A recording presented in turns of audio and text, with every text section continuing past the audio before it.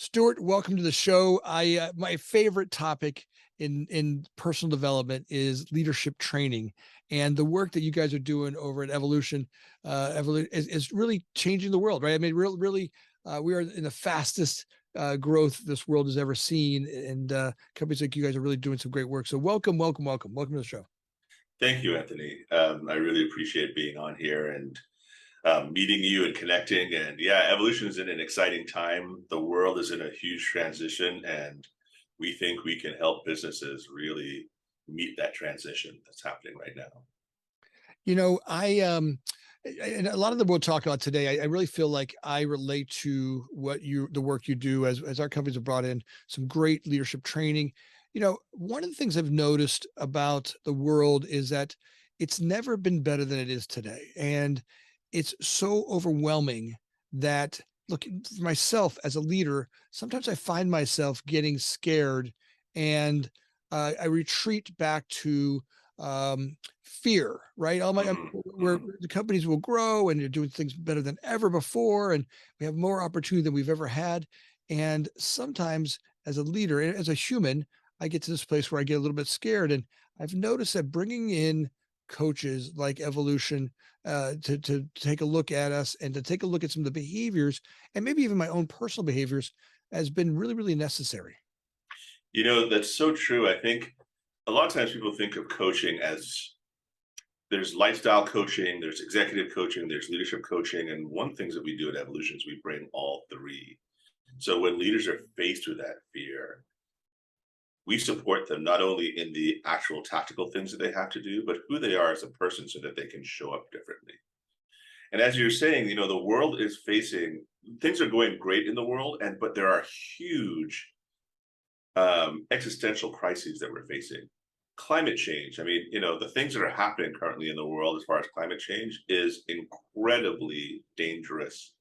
And let's not minimize the fact that that has huge impact on business and huge impact on leaders who are trying to think about supply chain and people and all the different things that allow your business to grow. And how do we help people face and be sober? A lot of times we talk about this, but how do you face and be sober about the things that you're facing and that your company is facing? I And that requires like deep work on yourself, right? As you were saying, it's personal development. Yeah. That emotional sobriety to look at, you know, you in early business development, just being a warrior is great.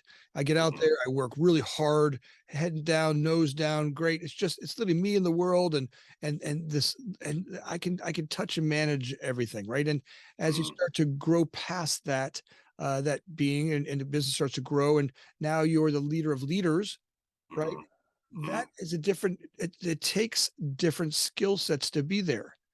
And Oh, absolutely. Absolutely. I mean, the thing that's interesting is I've watched a lot of leaders transition and supported leaders who are transitioning in large enterprises, for example, from senior manager all the way to VP, and watching that transition is really interesting. And so what makes you a great leader at a senior manager is not what's going to make you a great leader at a VP, EVP, SVP, or even CDO level, because there's more sensing, relationship, and strategy, big vision work than I'm really good at design or engineering or product design or manufacturing, whatever the thing is that you were doing. And that transition, each one of those is really sometimes tough for people to make because they have to let go of something in order to get something. it's a very scary. I mean, having gone through it. In fact, I would even say that today I'm going through that again, where the companies, CDO Group, the company that I ran for 24 years, Mm, it was great. And then they said, well, great, you're doing great, but now it's time to bring in a different president. yeah. uh, you know, we have a women president, and she runs the company differently than I did. And a lot of my significance was tied up in that role of being a president. Hmm. And Hmm.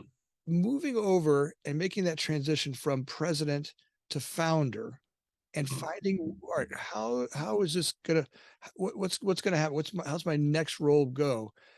Finding that it's been an army of trainers to come in. Right, right, right. Well, I mean, and what you're describing is especially at the leadership level, Yeah. don't go it alone. No, Like get lots of help, right? that's right. That's right. It's silly. It really was silly that you feel like, well, I should know, right? The problem is the ego Yeah, kicks in. It's like, I should know. I've been doing this for 25 years. What are they going to teach me? How can they see this?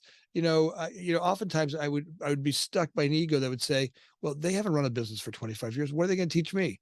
And it wasn't that. It was really watching how the Michael Jordan's and Phil Jackson's work, right?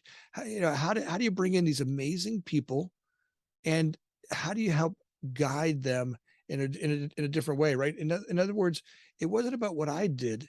It was mhm, about working with them, and that was not a skill set that I had we made this transition. And that's where the coaching came in to really help guide that experience. So I think that makes a big sense for us to talk a little bit about when you go to an organization, mhm. and you start to do this, how do you do this in a kind and graceful way for the for the leader that's getting ready to make that change, right? That part Yeah, that I was that talking.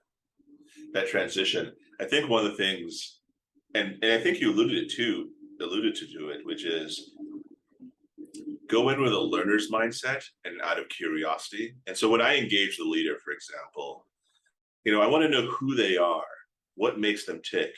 And there are a lot of folks, as you said, who are like, well, just help me with this strategy, with this plan. I've been doing this for 20 years. I know everything.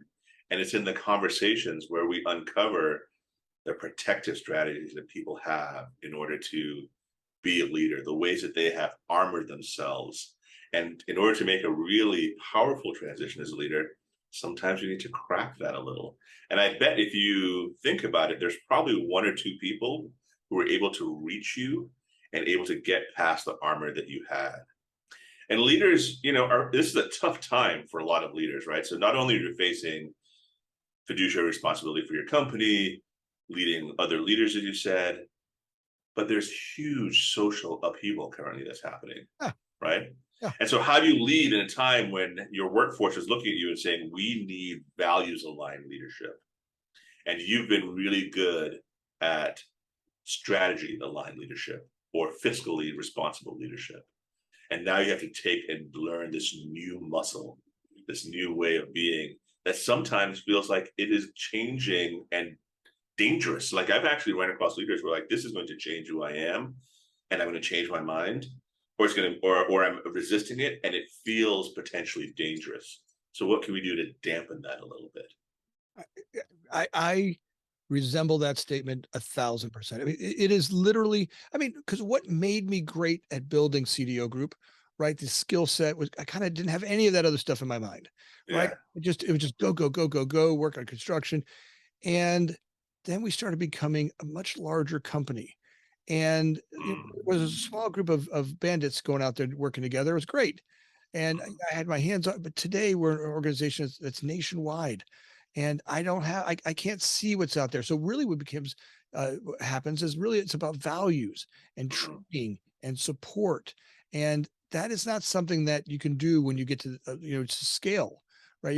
When you're a small company and you can touch everybody, you can see the guys who are kind of, being jerky, and, yeah. Yeah. you can kind Yeah. of nudge them over going, hey, we don't do that around here. But when Yeah. it's Yeah. a size where look, there are people in this company I've never even met before. And Right. that, Right. And it's so large. You're like, yeah, who are you? You work for the company that I started or founded, and you're like, yeah, what is? It's a little bit jarring. What I tell leaders sometimes is sensing is really powerful. So we can talk about this at some point, but having models and meta models are going to be really useful for leaders who are facing this immense amount of change. And so, what does that mean? It's even in our logo. If you see, look at evolution, and we talk about this. We're a lot of integral theorists. We really think about the different aspects of an organization. And so there, in our mind, there are three. We mostly focus on the I dimension. Who are you as a person? What makes you tick? But a lot of times organizations need to focus on the we dimension. Who are we as a community? What are the values that the community holds? What are the ways that we want to hold each other accountable? And that's not usually done. I mean, usually HR is the role that does that, right? It's very like, if you do this, you get fired or you get reprimanded or put on a PIP, right? And so those two things, the I and the we, are super important. You as a leader, who's your team who's your leadership team, and how are they interacting with each other? And then secondly, or the third, which is the last one, which is the it dimension, the systems, the things, the tactical things that you do. And our belief is that if you work on the I and we, the way that you show up and do things is much different. And you can even see it, right? So there's a company that where you have a top-down driven leader, there's a lot of fear, everything is controlled to the nth degree. You have an employee handbook that's 300 pages that you have to sign in triplicate. Like it's really intense. And so that's that kind of organization. Whereas you have a different kind of organization where the leaders are a little bit more open, a little bit more trusting, and there's more room for conversation, and it's a more human experience working in that company. So if you think about working in those three dimensions, the I, we, it, you can actually there's a lot of things you can do to change your organization, but also think about you as a leader in the I, we, it, right? Like, how am I showing up? How do I relate to community? What am I doing? And those are the three areas that, like, if you can work on those as a leader, you're going to have amazing results, I think. Well, it's kind of fun to watch, as we make those transitions, right? You start to look at what do we stand for, right? Yeah. Who am I, and what do we stand for? And so some of that stuff I had to kind of unwind. What I found out more of, it's not so much who I was, it's what I wasn't. Right? I started Mm-hmm. to really look at the company and go, all right, look, it wasn't just about the money, right? Making money was something that it's great. I've never not made money, right? As an entrepreneur, it's like, great. You can make money, but now why? Like, as you look at the people that you work with, the family, I just got done doing a one-on-one with somebody, and Mm-hmm. we were practicing. There's one of the leadership people, and practicing being vulnerable in a meeting, right? Like really talking about insecurities, and I started off with a meeting, talking about feeling fraudulent, and some of the stuff that I go through, even where I'm at today for 25 years of doing this, and millions and millions of dollars, and hundreds of employees, great stuff, but still, and where the places where you show up even feeling like a fraud today. That the experience of being, and starting a meeting, and being in that spot going, great. Now, if we as leaders can do that, how do we do that with the employees that work with us, and the groups that work with us? And you start to notice, all right, do we allow that, right? Do we allow people to be who they are, the Yeah. vulnerable part of them? And how do we support that, right? What does that look like in support, right? To be who you are.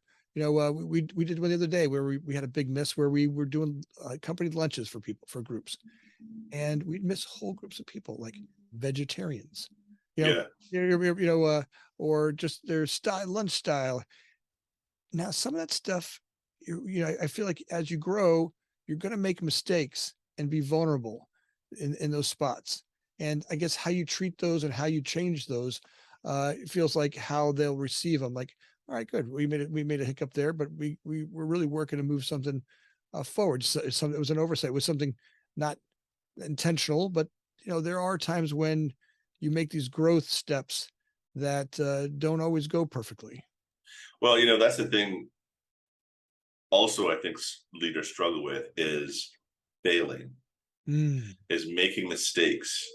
And I don't remember where I heard it, but there was this acronym for FAIL, first attempt in learning, which I've always enjoyed, right? There's another process where to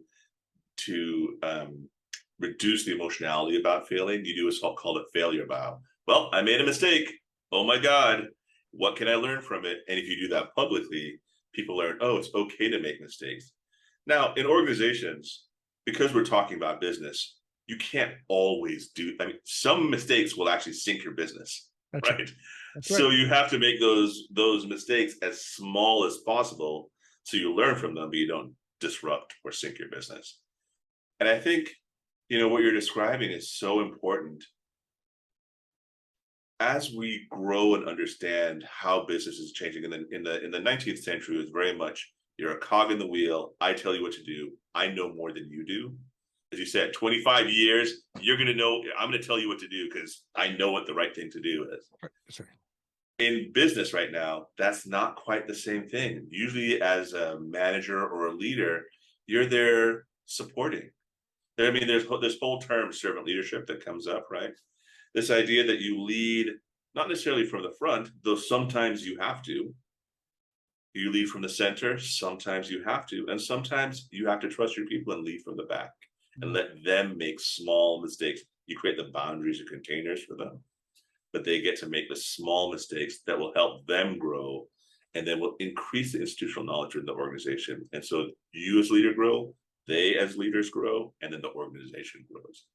Ultimately, evolution and what I believe is that we're trying to build resilience in organizations by supporting people and systems.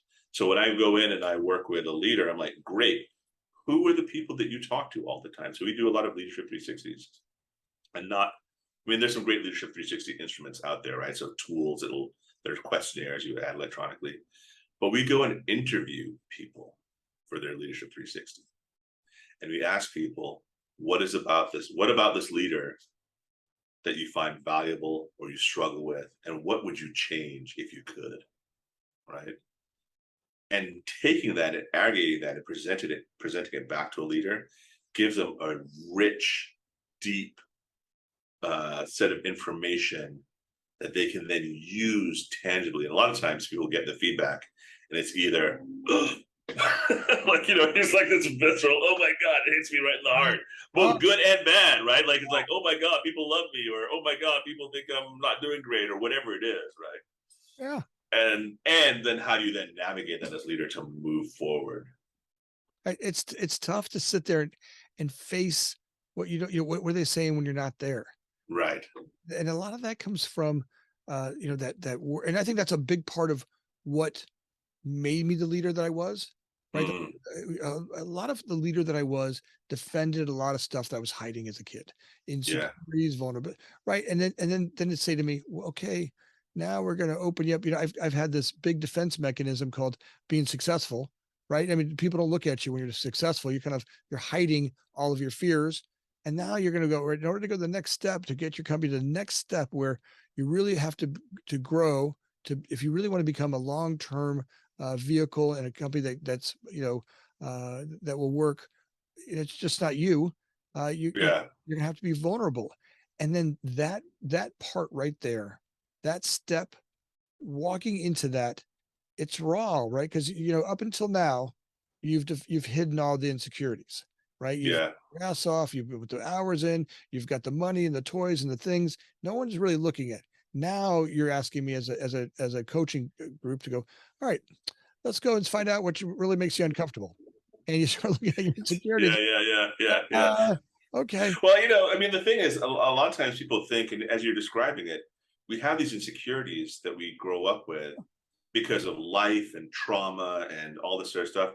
And we throw it behind us. We think nobody sees it. No. But the problem is everybody sees it because it shows up in the feedback. I've gotten feedback where people are like, wow, sometimes you're too authoritarian, or sometimes you're too wishy-washy, or sometimes you're too, quiet. And I'm like, those are all coping mechanisms that I learned growing up. And now I have to face those things in order to be an effective leader within my organization. And we're a little bit different, and especially in evolution, it's like, because we're not hierarchical. I mean, we have hierarchy, but we're not like, you're the person that is the VP, and so I tell you what to do. It's a lot of conversations, and we're looking and trying to find the right boundary and structure. And so when we do that, we can go to leaders and say, hey, these are some of the lessons that we've learned. And as you said, it's really painful to do that kind of work. Which it's fulfilling, right? It's fulfilling. Yeah. If I were to tell an executive or leader that's out there now, and they're questioning, hey, look, you're bumping up against your upper limits, right? Every leader, it feels that it's not sustainable to keep doing what I'm doing, right? Somewhere, if I keep doing this, I'm just going to burn myself out and I'll lose everything. And noticing, all right, I've got to change. Now, if I knew then what I know now, that in the vulnerability on the other side of it, there's this freedom that happens, this joy that happens. It's never that it's not it's always gone. Look, I think the human condition is one of get it, don't get it, get it, don't get it, get it, don't get it, That's right? right. That That's you right. get it and you're doing great, like, oh, you're humming along, and then you don't get it, and you're right. But the fun part about it is really once you get through it, what you have access to that you didn't have access to when you were in that other role. And like I want to have grace for them. I want to tell when you're going to talk to a new client, I want to talk to them and go, look, you're going to be okay. They're going to put you Yeah. in your hands. They're going to hold you. It's going to be a scary moment for you, but trust me, on the other side of it, there's this gift that you can't see where you're standing at. The place that you're standing at right now, you can't see the gift of trusting other people to run this company that you've run your whole career, or doing these things that you think you have to do. And ultimately, that's what happened, right? One of the best things that happened was I was talking, in pre-show a little bit about one of the coaches came to my office, and she's this big, beautiful woman, and she's redheaded, and she's kind of vibrant, and she's like, "All right, today," and she comes in, she's all excited. She goes, "Today," Okay. and she goes, "We're gonna lock your door." And I'm like, "Oh, great, great." So today I'm going to focus on being in my office and really get myself organized. And she goes, "No, no, no, no, no. We're going to keep you the F in your office." What? She goes, "You hired all these amazing people that run your company, and all day long you keep running out there and getting in there. You gotta, are you feeling insignificant? Do you need to walk out there?" And she called me out on it. She goes, "You jump into their day, and we have grace for you. We know why you do it. You're trying to help out, but the truth is, it's not helping. It's actually getting in people's way. These people need to lead their teams and have the capacity to do that. What I'd like you to do is focus on. You get to talk to 7 people a week.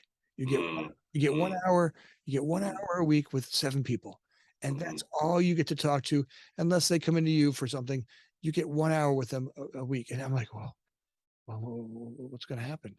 And it was scary. And literally, I found myself on the backside of that door, and I would, for a couple of weeks, I would sit behind that door and just be like, all right, all right, all right, all right. Right, right, right. I think, and I remember when we talked about this, and I would love for you to tell me again and I'll tell you what I told you yesterday when we talked about this. But what are the lessons you got from that conversation? Well, I mean, one was that I had a way of being that I couldn't see. Right. Mm, I couldn't see that I was going out there. I couldn't see it. Right. Where I stood, I thought I was being helpful. I thought that, ripping my shirt off and pulling the ass out of my chest was saving my people. And it mm. wasn't. It was taking, I walk in the room and I suck all the oxygen out. Yeah, And yeah. that's not great for the are you creating followers or leaders? And Mhm. you hire these great leaders to come in your companies and to run them, and you suck all the oxygen out of their room before they can do what they do. And all of a sudden, in that moment, the vulnerable, and like you said, she was a coach that not all the other leadership people that worked with her got. To me, I find some of your coaching people folks, it's like music. You That's don't right. you don't ring in everybody's ear the same. And That's right. you got to find the coach that you can trust.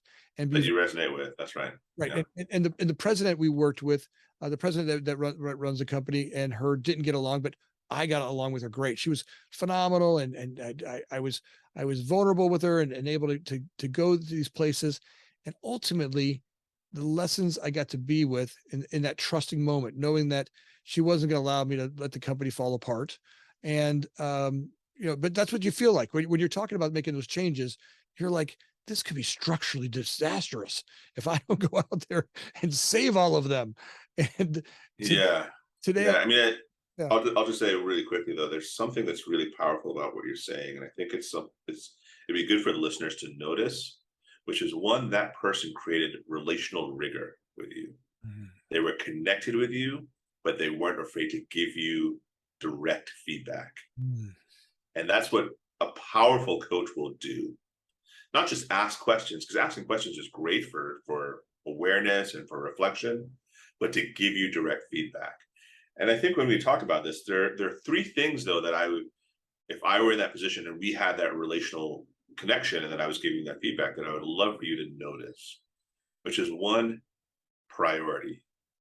You now get to prioritize having connections with, I think you said 7 people, or 7 1 hour sessions. And in the course of a 40-hour work week, especially if somebody, my supposition or guess for you is that you were probably working a lot, and you were like, as you said, if you were the Superman, you were like doing everything you could. But now it reduced it down to just 7 hours. So what are the people prioritizing for you? And what are you prioritizing coming out of those meetings? So if she was able to say that to you, then you're like, oh wow, now I have to know that I'm prioritizing stuff and that I'm making sure that the stuff that is bubbling to me is the most important thing. Because if people know I only have 1 hour with you, so I have to bring the most important thing to you. And, Two, you're creating feedback loops, strong cyclical information at the right time, not big, projections or spreadsheets. So I'm sure those are important, but you're getting the right feedback loops from your people. And so you get to figure out what are the right feedback loops I'm going to get from my folks. And then the last, which is more than anything else, is you're building strong relationships with only a few people, and you're prioritizing those relationships, which is super powerful for you as a leader, as opposed to trying to do everything to everyone. These are the people that will execute and understand my vision and propagate it throughout the entire organization. and it's amazing how that happens, right? The time that you spend in those 7 meetings was really, really amazing, right? The things we talked about that I thought we needed to talk about, the do list, what about this, and make sure you talk about that, about this, and don't catch most of that stuff bubbled away, right? Yeah, They that's handled right. it all worked out great. We could really look at the big picture. What can we do Yeah, to make the teams work better, right? What do you need, right? Really listen to them and find the resources to support them, right? Find to really listen to them and what they have going on, right? And to listen to our leaders, because the big problem I feel is as we grow, that group of people that you can trust to be vulnerable around, it's difficult. It gets really lonely up there, right? that's right. The further up you go in the mountain and in the organization, to be vulnerable, it makes it more difficult. Now, some great leaders learn to be vulnerable with their people and with their teams and do it in a way that's in a healthy environment, not a vomit session, but how to do Right. teams in a healthy, rigorous way to have vulnerability both ways. I think that's great leaders have that. But you start to realize that in that practice and over a few months, and now we've been doing it for a couple of years now, and it's just a whole different. My one-on-ones with people are so much different than I ever imagined they were going to be. I thought it was a list I handed off, and you go get this list, come back and report to me, and maybe there's a couple. Maybe in a hour meeting, there might be 5 minutes on that. Hey, a couple things that I thought of that we needed to get done. Somebody else needed support on, and I just want to pipeline that for you. But most of the time, it's really more around vision and future and just celebration, right? I spent a lot of time in those meetings doing celebration for those people, kind of gratitude for the work they're doing, and not like in a hokey way, but like in real, like really, I see them, right? To be able to see the leader in them and the work that they do. So I find that a neat place to be that's different than I expected. Yeah. I'll just say what's powerful also is that leadership is self-development, is personal development. I always tell people, because if you're going to be a leader, you're going to have to develop yourself. And it's a crucible that like really burns away all the fears and insecurities so that you can, when you do have those messages that run in your mind, you don't follow them. But more so than anything else, and I'm really appreciating this, Anthony, is that you get to mentor now other leaders. A leader who can grow leaders is more powerful than a person who can just lead. Mm-hmm. Right. And so now you have the ability to help guide, advise, mentor, and probably even coach other leaders within your organization. And the ones that really get you and support your leadership will follow that sort of vulnerable but rigorous, connected leadership that will help grow your organization. And your story is probably not over yet. Like, so it's not like you're just, okay, I'm done being a leader in this organization. Maybe you become an advisor for other leaders, as part of your next story. Who knows? Well, But the fact that you can do that with other organizations within your organization is super powerful. I think that's the truth you speak is, that we have to, as leaders, do more work than anybody. That's right. There's more work required on the self to conquer, to get all of that self out of the way, right? To get to the wisdom part of you, the part that's intuitive, the part that really can see things. Look, I often say that some of the best work I've done is you know, noticing that I carried a lot of that fear, right? And, Mm-hmm. I call it the big red bag of shame, right? The Mm-hmm. kind of the visual of it is a Santa bag. I'm like, I got this big bag, and for most of my career, I defended. I didn't wasn't carrying that. Yeah, you guys can't see that, can you? You can't see I'm carrying this big red bag of shame with me, and a lot of that came from childhood stuff and fears that came up. And I say to people all the time that when I worked on that stuff, as I opened that bag up and all right, I don't need to carry that anymore. I worked on that one. And yeah, yeah, that's something I got from it. Yeah, I don't need that one anymore. That bag lightened up. Not that it ever gets empty. I don't know that the human ever has an empty bag, but as it gets lighter, the things that really happen is my energy levels increased, my Yeah. sensitivity, my ability to walk into a room and sense what's really going on, not blinded by all my fears, as I could walk into a space and feel those intuitive things that happen in a space. The more of that I got to work on, the more impactful I think that becomes. And I think that's something that's really important for leaders. And I say that all the time to the group that I work with is like, as we work on those, all right, are you willing to be vulnerable? Right? Are you willing Yeah. to take this off? And hey, we're going to do one. We just did one on diversity and inclusion. And man, Mm-hmm. you want to talk about, being, there's all kinds of buttons, and it doesn't matter where you are in the spectrum and where you are in there. There is a lot of buttons that come up for all of us in that. And how do we get more and really start to face some societal stuff that we brought in there, and some of the stuff that's been laid on us. And um, it it brings me joy to watch us get a little squirmy when we get into that conversation. Well, I'm glad you brought that up because diversity, equity, and inclusion is one of the core things that we think about because it's a part of society and business. And I find a lot of times people are looking for relief, not for right action. Mm.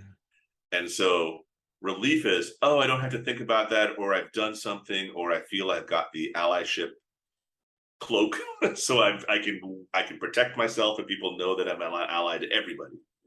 And my thing is, no, if business is going to be a force for good, we get to have those conversations, but it's not going to be an easy one step thing. Mm-mm. It's going to be a long slog because nobody's figured it out correctly. I mean, we have hundreds of years of societal harm and pressure to lots of different folks, and nobody's figured out correctly. So, leaders thinking about this, I always tell folks, really having conversations around diversity, equity, inclusion is a leadership skill for the 21st century. Absolutely. You have to, as a leader, even if you don't agree. So if you don't agree with talking about diversity, equity, inclusion, but state it. I feel like people are hiding sometimes and are unwilling to do their own work. But I've had leaders. I remember I had this leader, you know, brilliant white guy who said to me, and he picked me as his coach, and I was like, we're talking about stuff because I've been working with him for a year. He said, Stuart, am I racist? And I said, yes, you are. Yeah. But it doesn't mean you're a bad person. That's right. That's right. That's right. Right here. Like, Everybody carries something. yeah. And so if you're not part of the group that's being targeted, you have that privilege. And so you're just going to, willy-nilly walk around with the world. There's a great quote, a parable that said, two fish are swimming in the ocean and an older fish swims by, and it was from a story that I can't remember the guy's name. Anyway, and he says, the older fish says to the two smaller fish, "Hey, how's the water?" And the two younger fish are like, "The water's great." And the two younger fish swim away, and one turns to the other one and says, "What's water?" Right? You're in the system, you don't even know what it is. That's You're right. just swimming in it.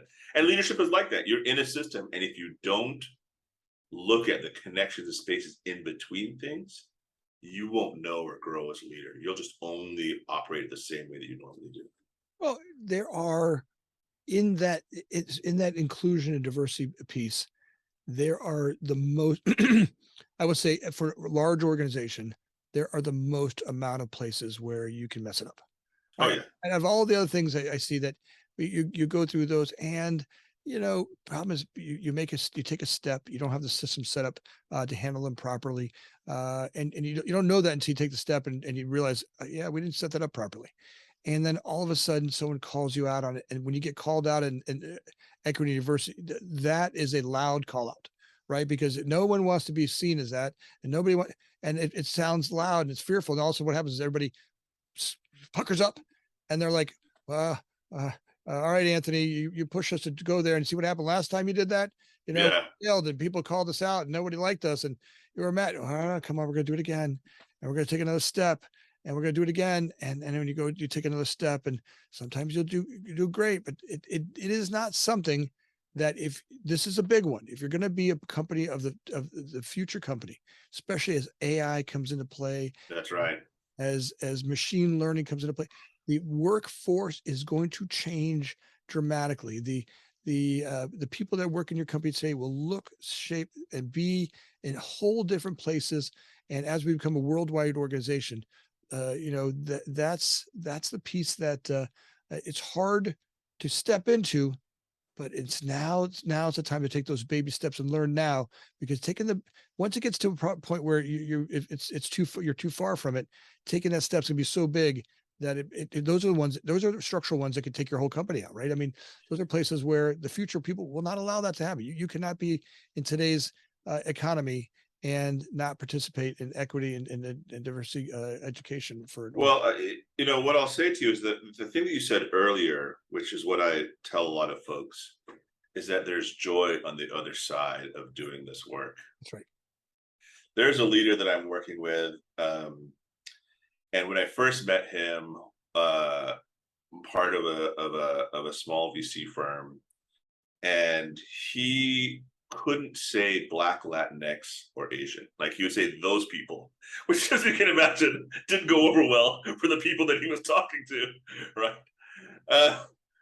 But after working with him, and what we did is, a lot of times people take DEI efforts and put it outside or separate. But if you bring it internal within the organization and bring it part of your leadership development, so it's not just focused on that, but it's part and parcel of everything that you do, then you have a much better experience. And so this person was talking to me, and I remember remarking to him, he became so fluid in talking about Black folks or Latinx folks or Asian folks or trans folks or gay folks. Like, it was easier for him because he had done the work. And so I'll just want to do a little bit of reframing about what you were saying earlier. I don't know if it's fraught and that it's so dangerous. I think there's joy on the other side, and let's do the work to reach to that joy where you can feel and have fluid conversations with anyone. And it's part of leadership development. It's part of who you are as a leader. Well, as much as that's right, in that is part of who we are all becoming, right? Our world is, and ultimately when we slow people down and we really look at where all that stuff got caused from, yeah, right? Some of that stuff was baggage that came from, generations way before us, even before the generations that are here, that are parents, even before them. A lot of baggage came in language, and a lot of that stuff came in from places that we can't even see from where we are today. And some of that stuff we get to notice, and great. Now we do the work to go there, just like the work we do to change as leaders and vulnerable and hiding the fears and things that are happening. I mean, right now, I give you a great example. I'm gonna go off on a tangent here. I last week I was in a city. I was helping out some of our people down in Florida, and I was down there, and we were having a problem getting a permit from a city down in Florida, and it was over a year, 20 months of getting a permit. And it was crazy. And I was down there helping out somebody else, another project. I said, hey, what if I just go over and I sit over and figure out what's going over with this permit? I'll walk in myself, and I walk in and say, hey, I'm with the construction company, and hey, can I just talk to someone over here? And they're like, I did it in the afternoons when they weren't busy. And the head of the building department came out, and he said, look, your architect's just not getting this. We get the same 10 items on this list, and he just doesn't get it. We keep sending the same list over, and he can't get it. I'm like, look, I know our architect. He's a really great guy. He works his butt off, and we do lots of projects with him all around the country, and we don't have his experience. Can we just go through and see what's going on? And he sits down with me, and he goes, look, we're missing this. And all right, great. I go, hey, could you give me a second? Let me get the architect on the phone. Hey, I got him on the phone, and we're talking to him. He goes, look, I put that in there. And he went over to a place in a portal where he could see the activity. And this architect had gone on 129 times. Mm, Uploaded this information 129 times. And he could see log in, upload, log out. He could see exactly what was happening. And the head department's like, you know what? Maybe you just don't know what you're doing. I'll do it for you. You guys, mm, we went through in 10 forms. He emailed them over one by one. He checked them, opened them because that's exactly what I need. It's exactly what I needed. Thanks. Why did you send that over? And he was like, kind of like the architect was messing it up. He goes, look, hey, Anthony, thanks for coming in and sitting down with me. I think this could go a long way to do it. Here's my cell phone number. Tomorrow, call me. We should have this all figured out. And I call him the next day and he goes, you know what? Your architect wasn't lying. There's something mm, with our system. And yeah, he didn't see that. And I'm saying that that's what's going on in our world today, that we're yeah, we're growing so fast. Business leaders are growing these amazing companies so fast. yeah, And while we're developing the companies that are really, really difficult to grow, right? All the how much money to spend on this and where to put people on that, where to get resources. At the same time, you're also called to slow down and work on yourself, right? mhm, The most mhm. important part of that is how do you get, and how, when you guys work with them, how do you get leaders to slow down in the face of all the stuff that's grabbing their attention, to slow down and do the work that they need to do on themselves? How do you get them to slow down and see that there's some investment there needed? Yeah. So one of the things we do, and what you're describing, which I really enjoy, is this, and we talked about this, but it's this idea of Gemba walk, which is the idea that you go and look at what's happening. And part of slowing down as a leader is being proximal and relational to the people that you're working with and seeing their struggles. We talked about undercover boss. There was this one I saw at Checkers restaurant, I think it was, and the leader, I guess the owner of the company, went in and saw these people who were just undertrained and having a hard time. And he went in and talked to them. And what I'll just say, and I just loved what he did, and I think is a model for any leader, is he shut the restaurant and says, we're going to retrain everybody. Nobody's going to lose their job. Nobody's going to get fired. He reduced risk and fear and was able to like retrain people. So to your earlier question, how do I get people, or how do I get leaders to slow down? It's by being in their world and then developing trust with me. As I said, we do like really intense leadership 360s. And usually what will happen is I'll bring them into, as COVID is slowing down and we do the right masking and whatever, and we figure stuff out, I'll bring them into my office and we'll have a 2 and 3 hour conversation. I'll do a grounding exercise with them where they breathe and feel feel their heartbeat. And even as I'm saying that, can you just feel that? Just saying, let's take a breath together. Yeah, I do. I think one of the things by coaching, we don't breathe enough, We right? don't breathe enough, or we breathe shallow. Yeah, yeah, you right. know, And as soon as you say that, it is from so much coaching, just remind, okay, oh stop. yeah, take a breath. That's right, take a breath. Let's lower our heart rate a little bit. There's this whole idea, and what's interesting is I'm at the age where if I was in my 30s and saying there's heart math, you and me connected will help serve you, would sound really weird, Mhm. but no, it's really true, right? So if I connect with you, Right. or you connect with me, and you're like, this is somebody I trust, then you're going to slow down a little bit. You're going to be more vulnerable. I've had leaders tell me the most intense, impactful things in their lives, and it's hard. And going back to what you were saying earlier, I'm like, there's no such thing as too much help. So get a therapist, use me as your coach, get an acupuncturist, get lots of people around you, because leadership is hard. Leading people and getting all that projection and stuff is hard. So let's slow down a little bit. I did martial arts for years. One of the things that was really interesting is there's this exercise. Shout out to my Farang Sul crew, my Korean martial artist guys. But this thing called Kiat Chagi, where you like breathe slowly in and you sink your body down. And as you do that, you can feel your connectedness to the earth. You can feel your connectedness to the sky. And then all of a sudden, something is different. When you have conversations with somebody from a more relaxed, centered place, it's different. It's not fraught with, I've got to control this person, or they better listen to me, or I'm going to fire them, or they don't get what I'm saying. It's, how can we connect? How can I explain this to you? What do you need? Asking questions and being curious are huge components of being a leader. So let's slow down. And so that's what I do with my clients. Like, let's slow down.